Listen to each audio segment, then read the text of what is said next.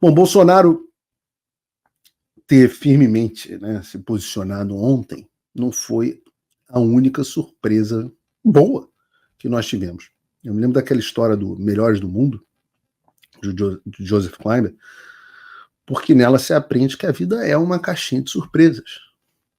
E essa caixinha de surpresa soltou uma surpresa que eu diria que para mim foi inesperada, que foi o jornal queridinho da esquerda do mundo, o The New York Times, escrevendo uma matéria descascando o Supremo Tribunal Federal.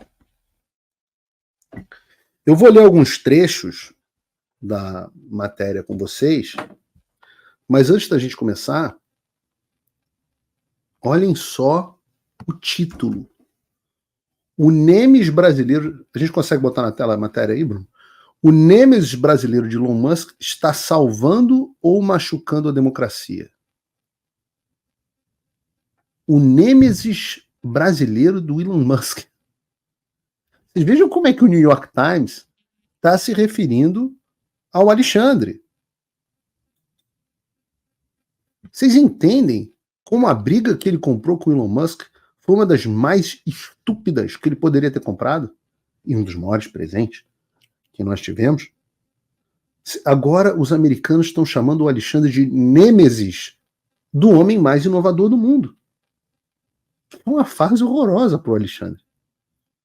E é interessante isso, porque no jornalismo internacional as pessoas têm muita dificuldade de entender o que é o Alexandre, quem é o Alexandre. Elas pensam muito no Lula, né? Na política internacional. Porque é estranho para eles que um ministro da Suprema Corte mande no país. É difícil de explicar para o público geral, que sabe pouca diferença entre o Brasil e a Bolívia, quem é o ministro da Suprema Corte do Brasil. Mas o New York Times achou o caminho, e esse caminho veio graças ao Elon Musk. Quem tornou o Alexandre mais famoso foi o Elon Musk. Oi, que legal que você gosta dos meus vídeos. Mas ainda mais importante do que eles é o meu curso. Lá eu posso falar coisas que o YouTube não me deixa falar e com bem mais profundidade. E eu tenho orgulho de ter feito o maior curso de geopolítica já ministrado no Brasil, com mais de 6.000 alunos. É o fim da América e do mundo como conhecemos. Só que tudo que é bom chega ao fim. Depois de 3 anos e 7 turmas, eu estou abrindo por tempo limitado a turma final desse curso. Então, essa é, portanto, a tua última chance de fazer parte desse grupo e realmente entender o que está se passando no Brasil e no mundo, para poder ser diferente e ajudar a mudar as coisas na direção certa. Tem um link para você aqui na descrição. É por tempo limitado e com vagas limitadas. De novo, é a última turma. Haja agora para não se arrepender. Um abraço. E agora, o que é o Alexandre? Ele é o Nêmesis do Elon Musk. E no final, ele é só isso mesmo. Você vê a matéria, o New York Times usou uma foto bonita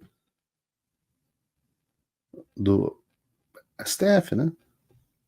Consigo ver aqui que tá pequeno para mim, mas acho que sim.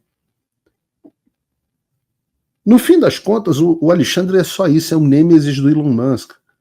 E o Elon Musk vai entrar para a história.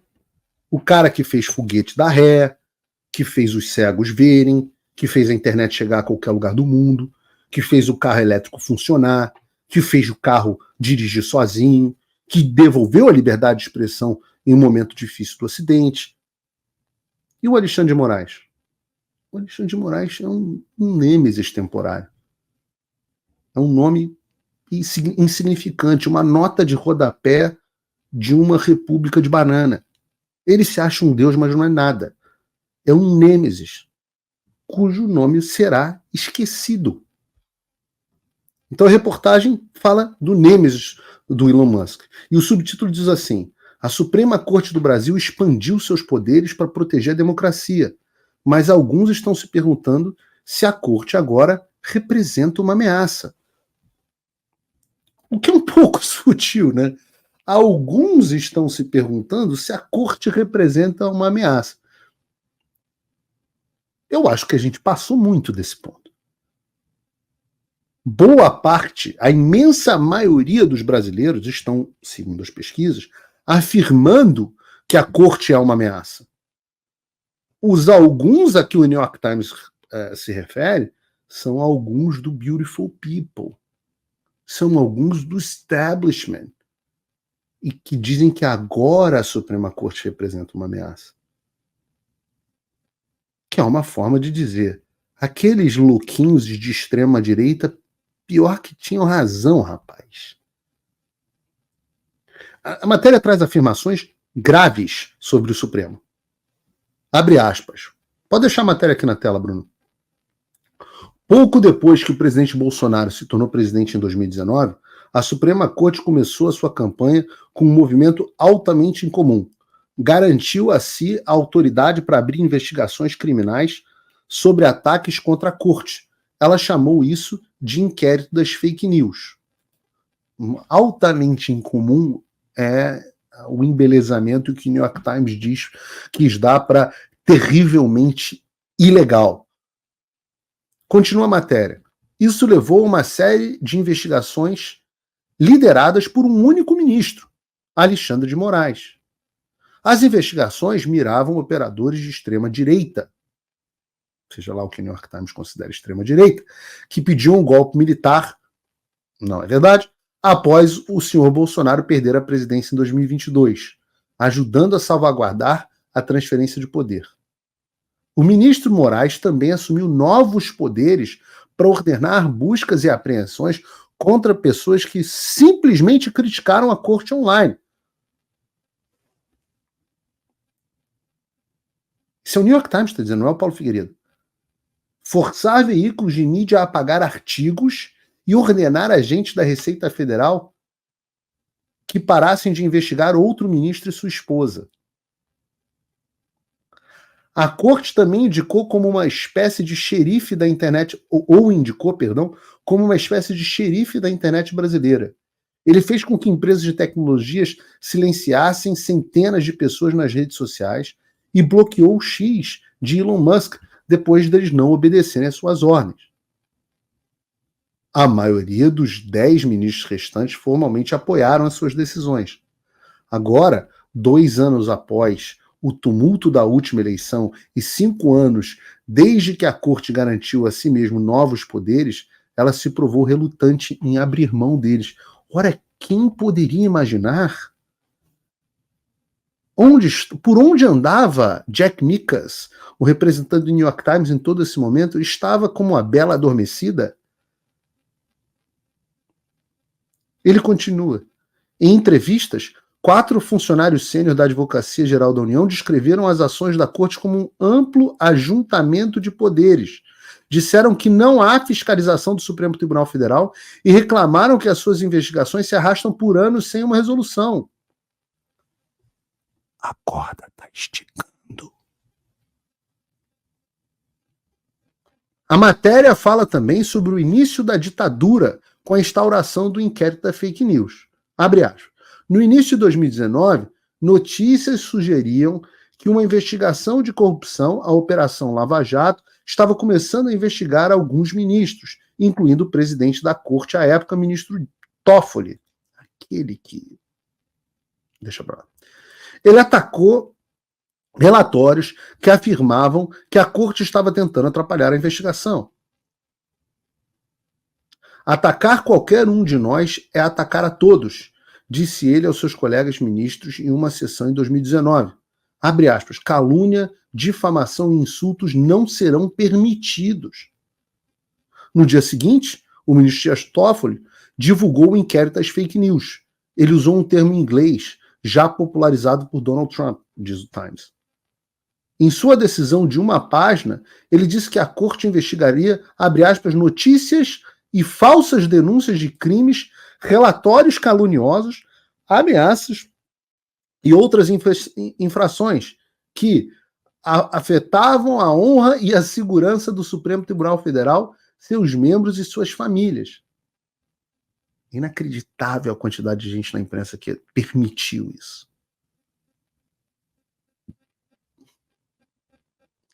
De repente, a Suprema Corte poderia investigar qualquer crítica em qualquer lugar. A matéria denuncia também a maneira como o Alexandre e os capachos deles atuam. Tudo isso que eu estou falando para vocês é matéria do New York Times, não é Revista Oeste, não é Paulo Figueiredo Show. Diz assim, parece também que ele foi atrás de uma emissora que cobriu alegações de fraude eleitoral. Em meio aos protestos sobre as eleições, um dos ajudantes de Moraes ordenou outro funcionário da corte a achar justificativos para tomar ações contra a Oeste, um veículo de mídia conservador, e, abre aspas, todas aquelas revistas que apoiaram o golpe. De acordo com as mensagens de texto vazadas e publicadas pela Folha de São Paulo, um dos maiores jornais do Brasil. Está falando da reportagem do Glenn Greenwald. O funcionário, continua a reportagem, o funcionário da corte respondeu que só conseguiu achar, abre aspas, publicações jornalísticas no site da Oeste, que, abre aspas, não estavam dizendo nada, segundo mostraram as mensagens. O ajudante do ministro Moraes respondeu, use a sua criatividade, kkk, ao que um funcionário respondeu que, abre aspas, daria um jeito. Eles também fizeram um questionamento importante. O que acontece se o Supremo errar? Mas o que acontece se a corte errar? Alguém deve ter o direito de cometer o último erro, disse Barroso. Eu não acho que tenhamos errado, mas a palavra final é da Suprema Corte. Essa matéria do Times, ela mais parece descrever o império galáctico do imperador Palpatine do que um tribunal. Essa frase do Barroso deve causar arrepio a qualquer pessoa séria. Alguém deve ter o direito de cometer o último erro. Eu não acho que tenhamos errado, mas a palavra final é da Suprema Corte. Ou seja, o Barroso tomou para si e para o Supremo a palavra final sobre todos os assuntos do Brasil, não importam quais sejam. E o povo que se dane. Esse sentimento de que o Supremo é a última palavra em tudo se tornou absolutamente enraizado na cabeça desses caras, desses ministros, desses caras que se consideram semideuses intocáveis no Olimpo. A prova disso são as declarações recentes do Gilmar Mendes, de que o Supremo poderia até mesmo analisar a validade do impeachment de ministro da própria corte. Ou seja, quem decide sobre o impeachment de ministro do Supremo é o próprio Supremo. Esses caras se tornaram ditadores. E eles não têm medo de admitir. E a coisa está tão bizarra que agora até mesmo a meca da esquerda, o veículo mais de esquerda que a gente pode imaginar, que todos eles usam como padrão ouro, o The New York Times, decidiu escrever uma matéria gigante sobre o Supremo Tribunal Federal do Brasil. Gente, para quem não lembra, o New York Times foi o jornal que inaugurou a censura global, inaugurou com as matérias da Cambridge Analytica. O New York Times é o jornal do establishment de esquerda. E que até agora ficou calado sobre o Alexandre até agora. A última matéria deles relevante sobre o Brasil tinha sido sobre o Bolsonaro na Embaixada da Hungria. Que ninguém tira da minha cabeça que não foi serviço dado da CIA. O correspondente, aliás, do New York Times, que escreveu a matéria sobre o Bolsonaro na Embaixada, é o mesmo que escreveu agora essa matéria contra o Supremo. Esse é o sujeito que tem vídeo cantando e dançando parabéns com a ministra da Cultura do Lula. Ora, para esse cara, o Jack Nickas, fazer uma matéria dessa, que eu considerei, óbvio, eu tenho divergências, mas considerei correta, justa do ponto de vista jornalístico. Ora, alguma coisa tem que ter mudado. E aí você começa a juntar os pontos. Ora, o jornal padrão do establishment está atacando o Moraes. Ora, o Departamento de Estado dos Estados Unidos criticou Moraes. A Embaixada Americana criticou Moraes.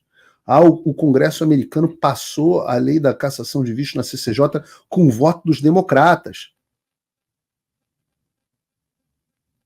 Seria muito você imaginar que os agentes que deram suporte e levaram o Alexandre a ter esse grau de poder, e eu já expliquei detalhadamente como isso aconteceu no Paulo Figueiredo Show, será que esses agentes não estão recuando? E eu reitero o que eu vou dizer aqui, eu já disse isso, muita gente me pergunta. Eu não sei se pela Folha de São Paulo ou não, mas eu aposto, e isso estou colocando a minha reputação em jogo, mas por confiança, eu aposto que o Glenn Greenwald vai lançar mais de uma continuação da série da Vaza Toga com os 6 GB lá do pendrive. Pendrive.